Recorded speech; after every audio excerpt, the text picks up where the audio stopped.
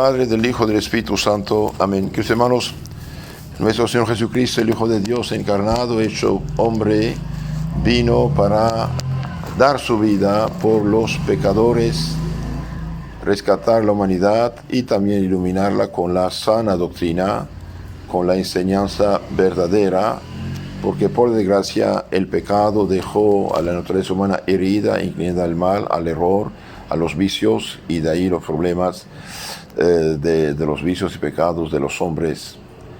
Entonces nuestro Señor, después de su resurrección, quedó 40 días en la tierra, terminó la formación de los apóstoles, y al subir al cielo dijo a los apóstoles, a los 11, puesto que Judas ya se había ido a su miseria: vaya, todo poder me fue dado en el cielo y en la tierra, vayan pues y prediquen el evangelio a todas las naciones, bautizándolas en nombre del Padre, del Hijo y del Espíritu Santo, y enseñándolas todo cuanto os he dicho. Enseñarles todo cuanto os he dicho. Y mirad que estoy con ustedes hasta el fin del mundo. En pocas palabras hay mucha doctrina, mucha cosa. Primero, Jesús fue enviado del Padre y Él envía a los apóstoles. Entonces nadie puede tomar una Biblia, un evangelio en la mano, ir a predicar, hacer las suyas porque toma la Biblia. No.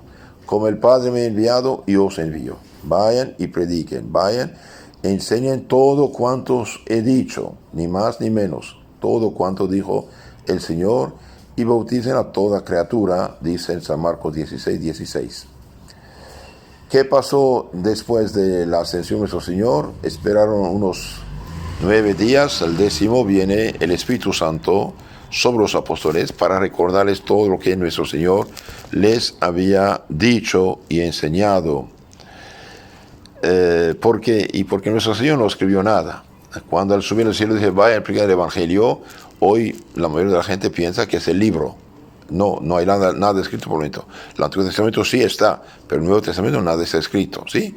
Cuando habla del Evangelio es su doctrina, su enseñanza, la buena nueva de la enseñanza divina que nos ha traído. Entonces, en los primeros 15, 20 años de la iglesia, los apóstoles predican, enseñan, bautizan, y no hay nada escrito. No, eso no hay nada escrito. Y toda esta enseñanza, este evangelio oralmente transmitido por Cristo a los apóstoles y recordado por el Espíritu Santo de Dios, bien, va a ser predicado, enseñado y confiado a hombres selectos, hombres escogidos por los apóstoles, a quienes comunicaron la misión también de predicar, de enseñar, de bautizar, de perdonar los pecados, consagrar el cuerpo y sangre de Cristo y representar a Cristo, lo que llamamos la sucesión apostólica. Y esos hombres escogidos son los obispos, los presbíteros y los diáconos de la iglesia, una santa católica apostólica. Una, porque Cristo dijo, mi iglesia, no hay iglesias. Santa, porque esta iglesia recibió de Cristo el poder de purificar, santificar las almas por el bautismo, la penitencia, el perdón de los pecados. Católica, es decir, una iglesia universal que abarca a todos los pueblos bautizados. Y apostólica, que viene de los apóstoles, sin interrupción. Bien, ¿de qué pasó después? Después van poco a poco a escribir como para ayudar a la memoria de los ayudantes de los apóstoles, unos relatos van a escribirse, y finalmente vamos a tener 4 libros que llevan el Evangelio, el nombre de sus escritores, 2 apóstoles y 2 discípulos de los apóstoles. El primero que va a escribir es San Mateo, que es de hecho más largo, 28 capítulos. San Mateo va a escribir en arameo hebreo para decir al pueblo judío, hermanos, el Cristo Mesías ya vino, se realizaron las profecías. Por eso hay tantas referencias a las profecías del Antiguo Testamento en San Mateo. Después va a escribirlo en griego, debido que en este mundo mediterráneo el idioma, digamos, internacional era ya el griego. Después va otro a escribir San Marcos, discípulo, intérprete, secretario de San Pedro. Va a escribir el más corto. 16 capítulos. San Marcos. Y San Marcos obviamente va a fundar también la sede apostólica de Alejandría de Egipto. Entonces va a escribir en griego 16 capítulos cortos. Y finalmente un discípulo de los apóstoles, secretario ayudante de San Pablo, San Lucas. San Lucas, que no es apóstol, pero añadido a la primera generación, va a hacer una encuesta. Va a hacer una encuesta, de hecho lo dice en el inicio del Evangelio, de los Hechos también, como muchos hicieron encuestas, yo también hice mi encuesta, y esto es lo que he podido juntar. Y va a escribir el Evangelio que lleva su nombre. Cuando dice el Evangelio de San Pablo, y bien es la versión San Pablo escrita por San Lucas. Y como San Lucas se ha conocido, habló con la Virgen, nos da tanta información valiosa sobre la anunciación, sobre el nacimiento de Juan Bautista, de nuestro Señor Jesucristo, presente en el templo, etcétera, etcétera. Y después van a escribir también las cartas de San Pablo, las dos de San Pedro, la de Santiago, la de Judas Tadeo, y finalmente San Juan va a escribir también 3 cartas, una larga, o 5 o 6 capítulos, o 2 chiquitas, y al final, cuando ya los apóstoles están muertos, martirizados, bien ya empiezan las herejías, gente que va a falsificar la doctrina, que va a hacer de las suyas. El diablo va a trabajar y gente va a prestarle su apoyo, su ayuda, por desgracia. Y ahí San Juan, que no murió, precisamente Dios lo destinaba a esta obra maravillosa para escribir el 4º evangelio. Ahora, el 4º evangelio, ustedes saben, es algo diferente de los 3 primeros. Los 3 primeros se llaman los evangelios sinópticos. Synopsis en griego, un vistazo. En un vistazo, usted pone en 3 columnas San Mateo, San Marcos, San Lucas, casi hablan de lo mismo. A veces más largo, más corto, pero tratan de los mismos temas, misma cosa. Mientras que en la de San Juan, bien, es diferente. Lo que no habían escrito ellos, bien, él lo escribe, darle la importancia. Y como había también herejes que negaban la divinidad de Cristo, negaban la encarnación de Cristo, el que Dios hecho hombre, y bien empieza, y por eso su símbolo es el águila. El águila, en principio era el verbo estaba con Dios, y el verbo era Dios. Todo lo que se hizo por él, sin él nada se hizo de lo que se hizo, creado. En fin, el verbo se hizo carne, se hizo hombre y habitó en nosotros, etcétera, etcétera. Entonces, lo que llamamos hoy Evangelio, dije, al inicio es la doctrina de Cristo, después una parte va a ser escrita, los 4 evangelios, total, con los Hechos de los Apóstoles, el Apocalipsis y las cartas, van a ser 27 libros del Nuevo Testamento.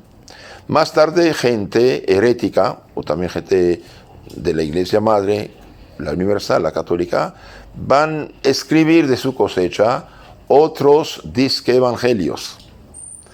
Del lado católico eran, como no había muchas cosas, querían saber un poco más, entonces empezaron pero ahí enciende la fe de la iglesia, de hecho. Pero los heréticos eran mucho más peligrosos. ¿Por qué? Porque como nadie les hacía caso, entonces van a escribir evangelios que digamos, ratifican su doctrina, su concepción falsa, y van a poner estos libros escritos por ellos, que no tienen nada que ver con los apóstoles, bajo el nombre de un apóstol.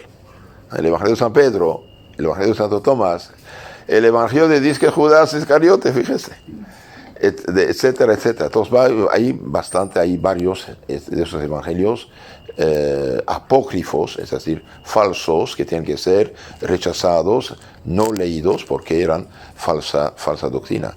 No tiene nada que ver con San Pedro, San Tomás, un evangelio escrito 200, 300 años después de su muerte. ¿Ya? Bien, entonces esta es la situación. Ahora, ¿a quiénes confiaron los apóstoles la misión de predicar? No a cualquiera. A los obispos, episcopos en griego, significa sacerdote mayor, supervisor, lugarteniente de los apóstoles. Y sus ayudantes auxiliares, los demás presbíteros, los sacerdotes. De hecho, Cristo dice en San Lucas 10, 16, quien os escucha, me escucha, quien os rechaza, me rechaza. Es algo serio esto, algo serio. Y desde el inicio, como dije, hubo herejes, hubo herejías, hubo gente que tergiversaba, cambiaba el Evangelio. Y por esta razón, rápidamente, los obispos, los guardianes de la fe, Timoteo, guarda el depósito. Timoteo, no imponga la mano ligera sobre cualquier cabeza, no lo hagas sobre obispo para que no tengas parte en sus pecados. Timoteo, lo que oíste de mí, comunica a los hombres aptos, fieles, de comunicar y enseñar a otros. ¿Sí? Y San Pablo, antes de dejar Éfeso, capítulo 20, 28 de los Hechos, junto a los obispos presbíteros de Asia Menor, de Turquía actual, de Éfeso, y dice: el Espíritu Santo os puso obispos frente a la iglesia que Dios conquistó con su sangre. Cuídense de ustedes y del rebaño a ustedes confiado, porque yo sé que de entre ustedes saldrán lobos feroces que van a jalar detrás de sí al rebaño, es decir, fundar sectas y disque iglesias inventadas por ellos. Entonces, la cosa es algo serio, algo serio. Siglos después, ¿qué va a pasar? Y esto fue la táctica del demonio y de todos los fundadores de sectas. Van a robar el texto escrito a la iglesia y luchar contra la iglesia con el texto escrito de la iglesia. Y bien, esto no vale. Esto no vale. ¿Por qué? Porque vemos que los apóstoles intervienen con autoridad. Primero Cristo dijo: quien no se escucha, me escucha. Quien no se rechaza, me rechaza. San Lucas 10, 16. Vemos en el capítulo 15 de los Hechos de los Apóstoles, versículo 24, 25, que unos judíos cristianos que querían judaizar, es decir, seguir las costumbres, el ritual del Antiguo Testamento. De Jerusalén van a Antioquía de Siria, donde hay una comunidad cristiana de origen pagana, sirios, arameos, griegos, armenios, etcétera, bautizados ya. Y esos judíos cristianos de Jerusalén van a decirles: mire, hermanos, ustedes para ser auténticos cristianos tienen que seguir la ley de Moisés, la circuncisión, etcétera, etcétera, las cosas del Antiguo Testamento. Entonces, dice San Lucas, hubo un gran alboroto ahí, y finalmente fueron a consultar a los apóstoles que están en Jerusalén. Y los apóstoles escriben una carta diciendo: gente sin nuestro conocimiento ni nuestra aprobación, sin que los hayamos mandado, los han perturbado. No les hagan caso. Esto es lo que tienen que hacer.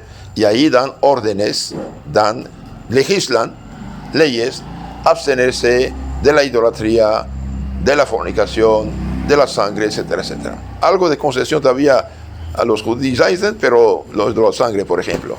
¿Sí? Entonces vemos que los apóstoles no permiten a cualquiera tomar un libro y va a perturbar la comunidad cristiana.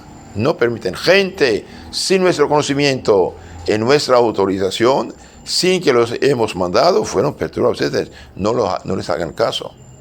Entonces vemos aquí, dije, la palabra de Dios, primeramente comunicada oralmente a los apóstoles. El Espíritu Santo viene a iluminarlos para acordarse lo que han recibido de Cristo, y después poco a poco van a escribir una parte de lo comunicado. Eso se llama tradición escrita, transmisión escrita, palabra de Dios transmitida por escrito, lo que llamamos el Evangelio, el Nuevo Testamento.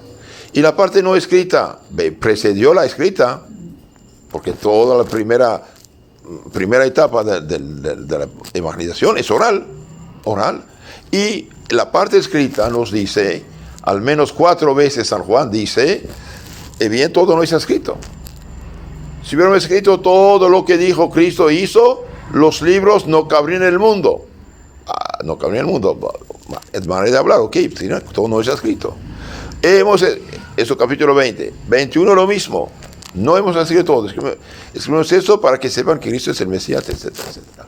En su segunda carta y tercera carta, es un solo capítulo, al final dice, no quiero papel y tinta, voy a hablar viva voz. ¿Qué dijo?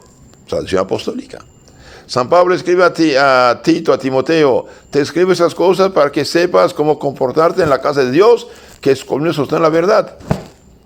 1 Timoteo 3:15.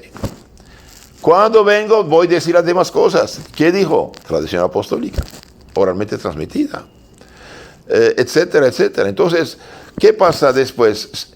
Bien, después, desde el inicio dije, hubo herejías, hubo sectas, y ponían así iglesia cristiana, iglesia de Jesucristo.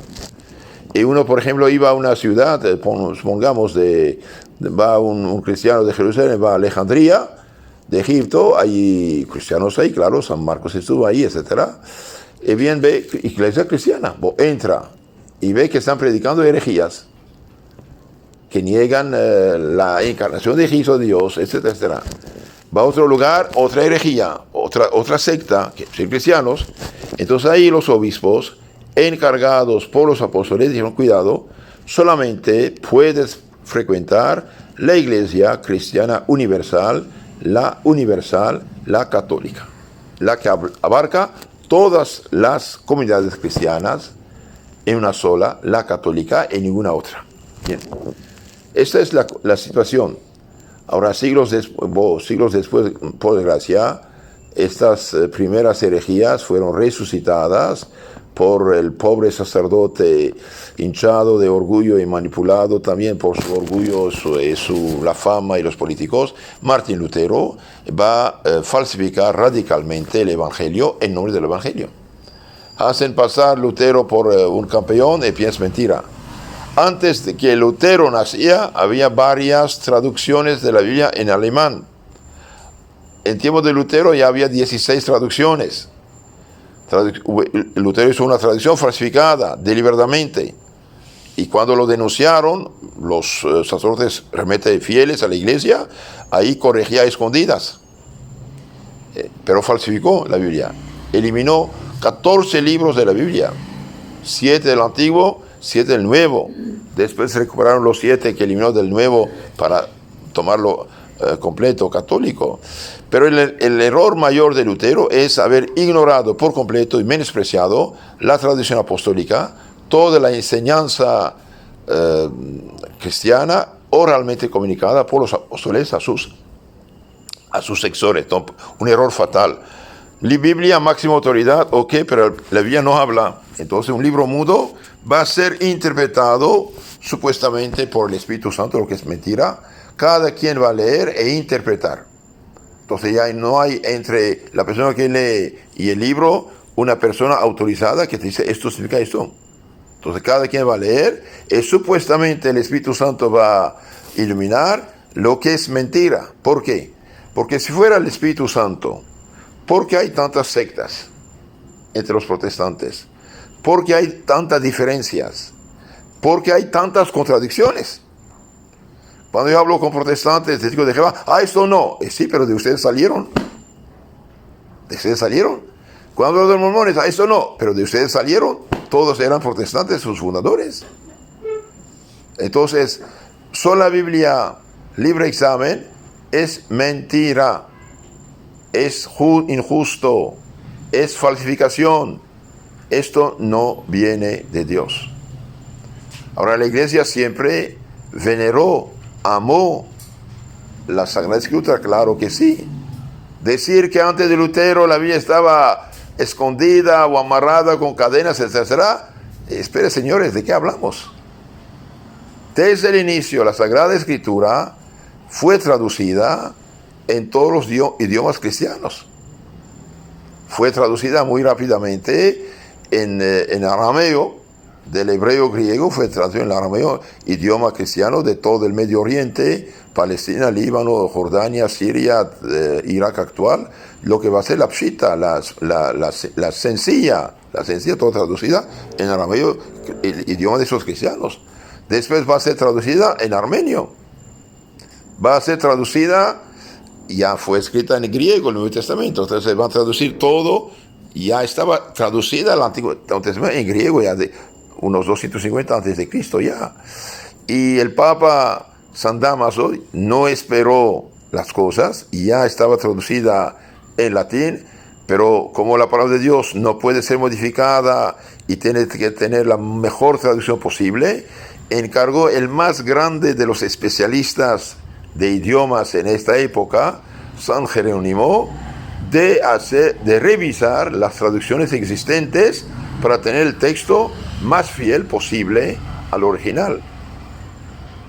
Y San Jerónimo, dije, intelectual romano de primera, conocía perfectamente el griego, va a también pagar y aprender perfectamente el hebreo, arameo, caldeo, y traducir, revisar todo y darnos una obra maestra que es la Vulgata Latina, que es la traducción en latín hecha por ese secretario del Papa San Dámaso entre 380 y 420. Y él, de hecho, fundó con el apoyo de unas damas ricas romanas 2 monasterios en Belén. En Belén murió, ahí quedó, y ahí hizo todo lo que pudo para tener todos los manuscritos posibles y sermones, explicaciones de los primeros obispos y sacerdotes. Y gracias a Dios nos comunicó una explicación de la Biblia extraordinaria. No sé ahora en qué tomo están, pero unos 15 tomos de la BAC, Biblioteca de Autores Cristianos, traducción de latín al español, traducción bilingüe. Entonces decir que Lutero fue el primer... Espera. Antes que Lutero naciera, la tenemos en copto, en armenio, en siriaco, arameo, caldeo, en griego la tenemos ya, en latín la tenemos, y después más tarde, cuando van a evangelizarse los pueblos eslavos, va a ser traducida en eslavo antiguo, y finalmente cuando van a ser los idiomas hijos de latín, y bien van a traducirla desde muy temprano en español antiguo, el rey Sant Alfonso, después va a traducirla en gótico, ya está traducida de siglos antes, después en bajo alemán y en francés y en español y en portugués, todos los idiomas. No hemos esperado a Lutero para hacer esto. Si alguien dice que Lutero fue no sé qué, es un ignorante de primera o miente deliberadamente. Lutero sí hizo una traducción a su modo y gusto, pero falsificándola. Por ejemplo, en lugar dice San Pablo, la fe salva. Lutero añadió, la fe sola salva. Pero el que quita, añade, anatema sea. Nadie puede quitar ni añadir. Entonces, queridos hermanos, hoy hay realmente una inflación, una peste de Biblias falsificadas. Por desgracia, sí hay Biblias falsas. Por ejemplo, la de Testigos de Jehová, gracias a Dios no les dio nombre de Biblia, qué bueno. Traducción del Mundo Nuevo es falsa. Cuando sacaron esa traducción, tenían todas las Biblias en inglés traducidas y ellos escogieron versículo por versículo para acomodar el texto a sus creencias, es decir, rechazar la Santísima Trinidad, rechazar la divinidad de Cristo, rechazar la Eucaristía, rechazar todo lo que la Inmaculada Concepción de María, etcétera, rechazar todo esto. Falsificación. Cuando salió la traducción de Testigos de Jehová, realmente todos los especialistas del hebreo, arameo, griego quedaron escandalizados por esa falsificación deliberada. Y estos pobres, como les prohíben tener otra cosa que libros de ellos, están capturados y su conciencia amarrada con una palabra que no es palabra de Dios, pero que se hace pasar por la palabra de Dios falsificada, y la explicación, claro, que les dan. Lo de la Reina Valera, que todos los protestantes utilizan, y bien esta Biblia de San Jerónimo, la Vulgata Latina, que nos robaron y falsificaron también. 2 monjes españoles, apóstatas, Reina y después la que va a ser Valera, son 2 monjes hombres, que hicieron una traducción. Primero empezó la ley del Señor Reina para una traducción en español, pero estaba ya traducida. Desde antes de Lutero, el cardenal de Cisneros, con Isabel la Católica, había sacado una Biblia en varios idiomas, en varias columnas. En hebreo, griego, latín, español, arameo, caldeo. La políglota de varios idiomas, ¿sí? Entonces, tomaron esa Biblia ya traducida, hicieron una nueva traducción, revisada, Reina Valera, ok, pero cuidado, hay un problema. ¿Cuál problema? Bien, con el tiempo, las sociedades bíblicas inglesas dijeron: nosotros no queremos imprimir esta Biblia si no sacan los 7 libros que Lutero sacó del Antiguo Testamento. Macabeos, Tobías, Judith, etc. Bueno, ok. Hasta esta fecha estaban ahí en apéndice. Y después, en los años 60, otra revisión, otra traducción. Por desgracia, sí hay problemas. Menos que el Testigo de Jehová, pero sí hay problemas en unos puntos fundamentales. Por ejemplo, San Pablo dice en un lugar en los Corintios: ¿acaso no tenemos de llevar una mujer hermana con nosotros para que nos ayude como monja, etc.? Ellos dicen: ¿acaso no tenemos derecho de llevar una hermana como mujer? Entonces, por eliminar el celibato, así detalles de este tipo, pero tienen consecuencias.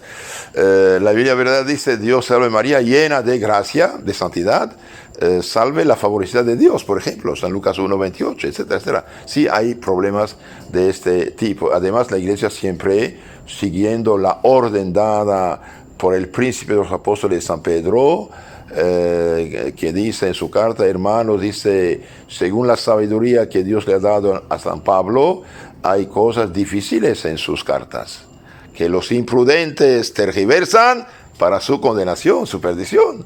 Y bien, siempre la Iglesia pidió que nadie imprima Biblia sin la autorización de los legítimos sucesores de los apóstoles, que son los obispos, lo que llamamos imprimatur, y también que se den en los pasajes difíciles unas explicaciones para que la gente no se confunda.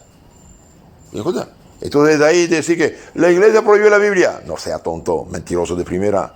La Iglesia no prohibió ninguna Biblia. Prohibió las Biblias falsas, sí, es verdad esto. Pero ¿qué país permitiría que edite en su código de derecho o constitución, cualquiera lo edita falsificándolo? Nadie permitiría eso. La Biblia es de nosotros.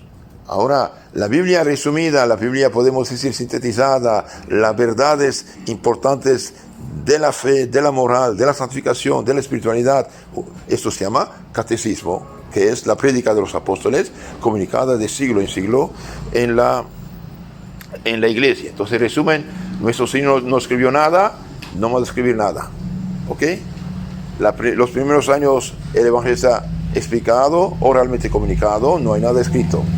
Cuando Cristo dice: predica el Evangelio, no habla del libro, porque no hay libro todavía escrito, no escribió nada. ¿Y por qué no escribió? Y porque sabía que iban a falsificar su doctrina. Por eso la confió a hombres vivientes, con mano, pío, voz y ojo.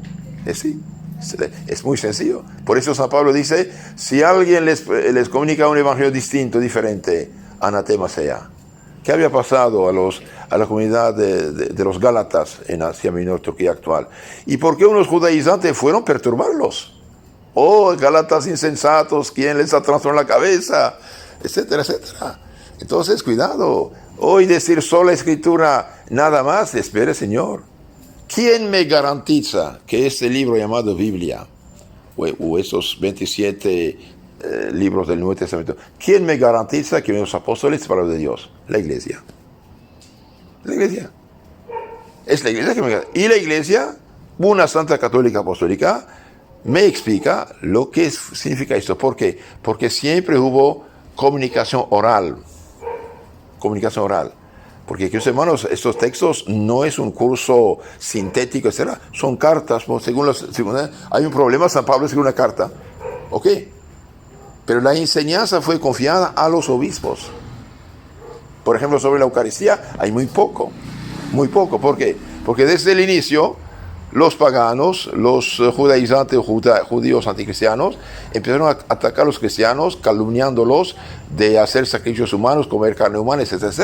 Entonces, de ahí hay muy poco escrito sobre la Eucaristía para evitar estos problemas. Entonces, nadie tiene el derecho de tomar la Biblia y hacer a su modo, predicar a su modo, fundar una iglesia y hacerse pasar por profeta, apóstol, mensajero, etcétera, etcétera. Cuando Cristo dice: quien os escucha, me escucha, lo dice los apóstoles. Y los apóstoles dejaron lugartenientes, papa, obispo, sacerdote. Y el que salió de esta línea de su apostólica, anatema sea. Un pastor, una persona que inventó una disca iglesia, no tiene ninguna autoridad, no representa a Cristo, es desobediente a Cristo, por lo tanto nadie tiene deber de escucharlo. Y que los protestantes no tengan miedo de salir de las sectas. No, ¿por qué? Porque quedar en las sectas es pecado. Salir de ellas es bendición. ¿Por qué? Porque rectifican hacia la iglesia una, santa, católica y apostólica. En nombre del Padre, del Hijo y del Espíritu Santo. Amén.